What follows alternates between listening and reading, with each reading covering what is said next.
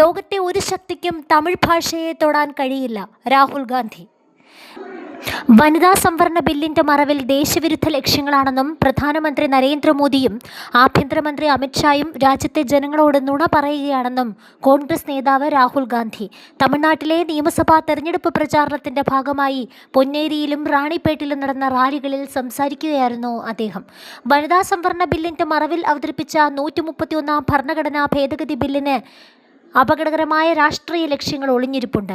വനിതാ സംവരണത്തിനുള്ള ബില്ലാണെന്ന് അവകാശപ്പെടുമ്പോഴും രാജ്യത്തിൻ്റെ തെരഞ്ഞെടുപ്പ് ഭൂപടം മാറ്റാനും ദക്ഷിണേന്ത്യൻ സംസ്ഥാനങ്ങളെയും വടക്ക് കിഴക്കൻ സംസ്ഥാനങ്ങളുടെയും പാർലമെന്റ് പ്രാതിനിധ്യം ദുർബലപ്പെടുത്താനുമുള്ള പദ്ധതിയാണിതെന്ന് രാഹുൽ ആരോപിച്ചു. ഭാരതമെന്ന സങ്കല്പത്തെ സംരക്ഷിക്കാനാണ് പ്രതിപക്ഷം ലോക്സഭയിൽ ഈ നീക്കങ്ങളെ ചെറുത്തതെന്നും അദ്ദേഹം പറഞ്ഞു. മണ്ഡല പുനർനിർണയത്തെ ഒരു രാഷ്ട്രീയ ആയുധമായാണ് BJP ഉപയോഗിക്കുന്നത്. ഇത് രാജ്യത്തിൻ്റെ ഐക്യത്തിനെതിരായ ദേശവിരുദ്ധ നടപടിയായിരുന്നു.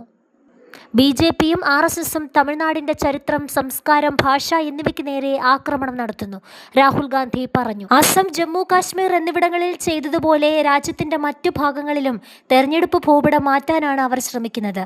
തമിഴ്നാടിനെ ഡൽഹിയിൽ നിന്ന് ഭരിക്കാനാണ് പ്രധാനമന്ത്രി ആഗ്രഹിക്കുന്നത്.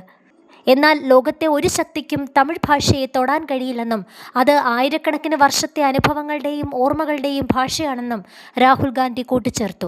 തമിഴ് സംസ്കാരത്തെ വളച്ചൊടിക്കാനും ചരിത്രത്തെ നശിപ്പിക്കാനുമുള്ള നീക്കങ്ങളെ എന്തു വില കൊടുത്തും തടയുമെന്നും അദ്ദേഹം പറഞ്ഞു. BJPയുടെ സഖ്യകക്ഷിയായ AIADMKയെ പൊള്ളയായ തോട് എന്നാണ് രാഹുൽ ഗാന്ധി വിശേഷിപ്പിച്ചത്. തമിഴ് ജനതയ്ക്ക് വേണ്ടി പോരാടിയിരുന്ന പഴയ AIADMK ഇപ്പോൾ നിലവിലില്ലെന്നും അഴിമതി മൂലം AIADMK നേതാക്കൾ മോദിയുടെയും അമിത്ഷായുടെയും നിയന്ത്രണത്തിലാണെന്നും രാഹുൽ ഗാന്ധി ആരോപിച്ചു.